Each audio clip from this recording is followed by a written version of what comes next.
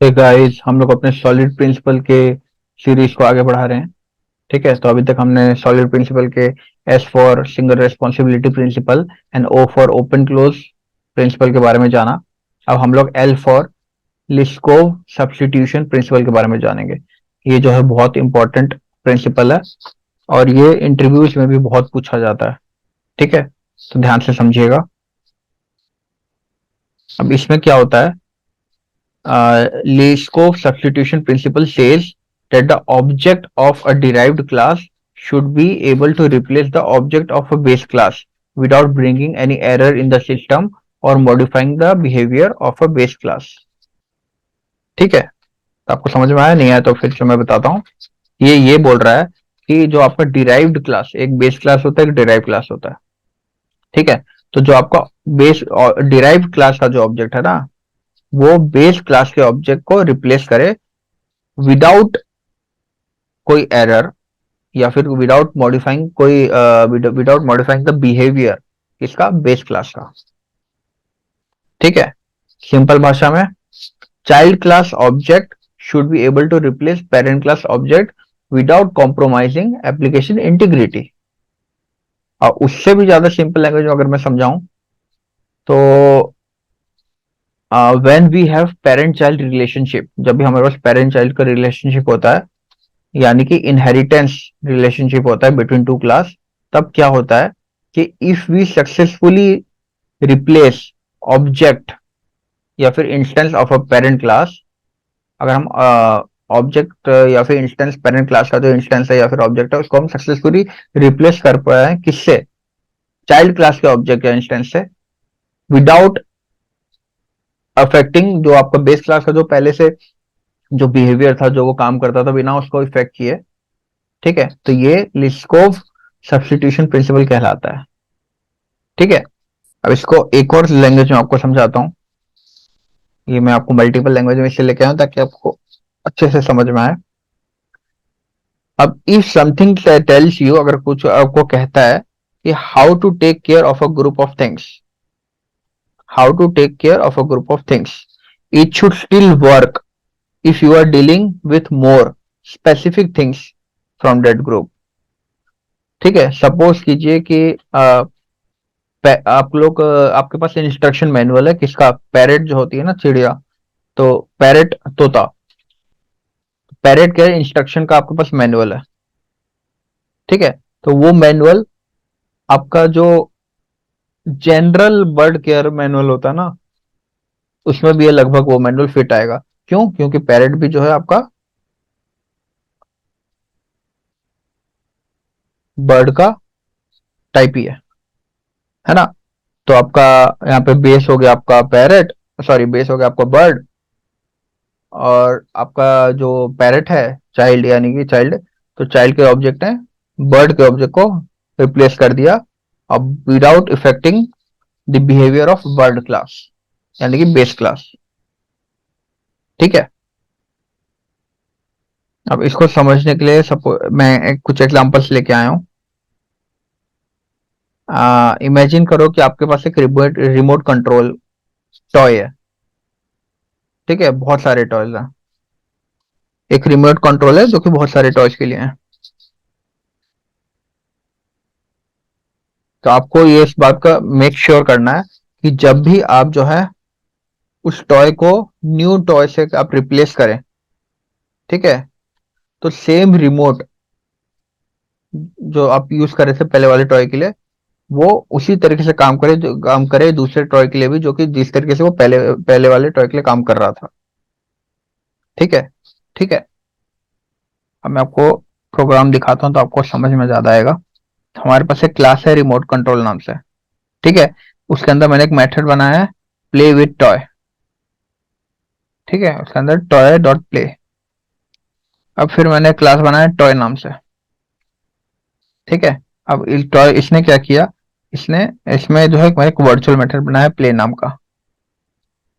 ठीक है, जिसमें मैंने डिफॉल्ट बिहेवियर डाल दिया। अब हमारे जितने भी टाइप के टॉय आएंगे ना, वो क्या करेंगे, इस टॉय क्लास को इनहेरिट करेंगे। ठीक है, और इसके अंदर जो हमारा प्ले नाम से जो वर्चुअल मेथड था, उसको ओवरराइड करेंगे। ठीक है, अब कार के लिए इसने क्या किया, प्ले विथ कार टॉय का, टॉय का कोई लॉजिक है यहाँ पे। रोबोट टॉय का प्ले विथ रोबोट टॉय का कोई लॉजिक है यहाँ पे।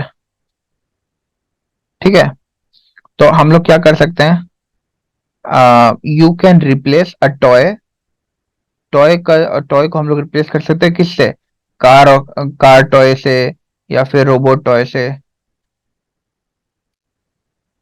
ठीक है, विदाउट कॉजिंग सरप्राइज। ठीक है, each toy type has its own way of playing, और वैसी बात है, but they all fit nicely into the same remote control. ठीक है, this principle helps ensure that you can freely switch toy without breaking the remote functionalities. It takes care your code work together in a smooth and reliable way. ठीक है, अगर आपको समझ में नहीं आया तो मैं एक और एग्जांपल लेके आया हूँ इसके लिए। ठीक है, तो सपोज कीजिए कि मेरे पास एक एम्प्लॉय नाम की एक एब्स्ट्रैक्ट क्लास है। अगर आप एब्स्ट्रैक्ट क्लास के बारे में नहीं जानते हैं तो हम बहुत ही जल्द हम अपना उप्स का ट्यूटोरियल लेके आएंगे।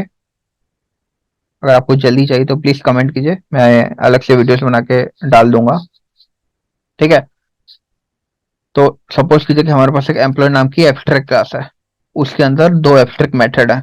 एक है गेट लीव डिटेल, यानी कि कितनी लीव्स हैं, और एक है ऐड एम्प्लॉय, कोई नया बंदा हो तो उसका डिटेल ऐड करने का। ठीक है, अब सपोज कीजिए मैं कॉन्ट्रेक्चुअल एम्प्लॉय के बारे में बात कर रहा हूँ। ठीक है, तो कॉन्ट्रेक्चुअल एम्प्लॉय में क्या हुआ, कॉन्ट्रेक्चुअल एम्प्लॉय ने इस एम्प्लॉय क्लास को इंप्लीमेंट किया। ठीक है, यहाँ पे मैंने ईएमपी लिखा हुआ है, चलिए इसको मैं छोटा ही कर देता हूँ। ठीक है, इस ईएमपी क्लास को इंप्लीमेंट किया। ठीक है, अब इंप्लीमेंट करेगा तो ऑब्वियस सी बात है कि जितने भी एब्स्ट्रैक्ट मेथड्स है उसको भी हमें इंप्लीमेंट मारना पड़ेगा चाइल्ड क्लास में। ठीक है, तो मैंने जितने भी थे गेट लीव्स डिटेल उन सबको यहाँ पे इंप्लीमेंट कर दिया लॉजिक। सिमिलरली परमानेंट एम्प्लॉय के लिए भी मैंने यहाँ पे कर दिया। अब सिमिलरली ट्रेनी एम्प्लॉय पे आए हम लोग।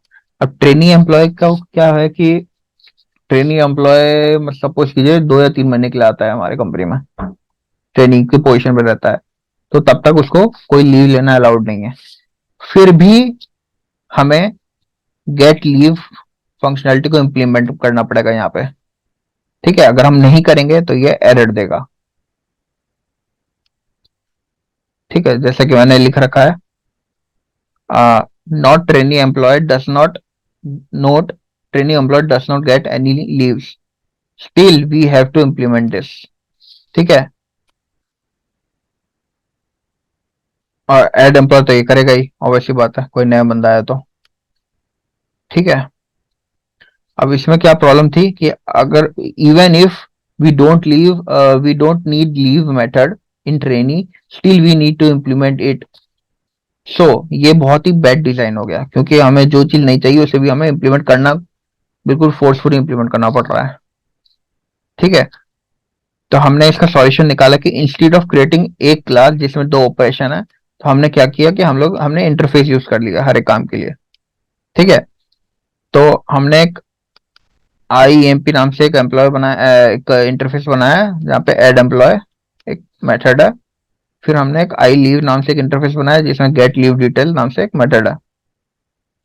ठीक है, अब क्या है कि जो क्लास दोनों को इम्प्लीमेंट करना करना चाहता है वो दोनों को इम्प्लीमेंट करेगा, और दो जो एक को करना चाह रहे हैं वो एक को करेगा। ठीक है, अब सपोज कीजिए कि मेरे पास परमानेंट एम्प्लॉय है, ये जो है एम्प्लॉय को ऐड भी करना चाह रहा है और प्लस उसकी लीव की डिटेल भी गेट करना चाह रहा है। ठीक है, तो ये code for first matter and code for second matter दोनों को यहाँ पे इंप्लीमेंट करेगा। अब सपोज कीजिए कि हमारे पास ट्रेनी एम्प्लॉय है, ट्रेनी मैंने जैसे आपको बताया था, सपोज कीजिए कि उसको कोई लीव्स नहीं मिलती हैं, तो ऑब्वियसली बात है वो लीव्स वाले को इंप्लीमेंट नहीं करेगा, वो सिर्फ एम्प्लॉय से रिलेटेड क्लास को इंप्लीमेंट करेगा और उसके मेथड को यहाँ पे इंप्लीमेंट करेगा। ठीक है, तो आपको अभी लिस्ट को प्रिंसिपल भी एकदम क्लियर हो गया होगा। एक बार मैं आपको फिर से क्लियर थोड़ा सा आइडिया दे देता हूँ जो हमने अभी तक पढ़ा। तो लिस्को में हमने क्या पढ़ा, लिस्को सब्स्टिट्यूशन प्रिंसिपल में, कि डिराइव क्लास का ऑब्जेक्ट है वो अब बेस क्लास के ऑब्जेक्ट को रिप्लेस करे without affecting the behaviour of the base class.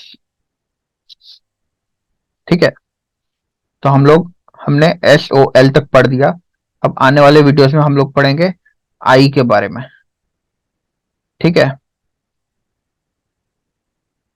आई यानी कि इंटरफेस सेग्रेशन प्रिंसिपल। ठीक है, तो मैं अपना वीडियोस यहीं पे ये वाला पार्ट खत्म कर रहा हूँ।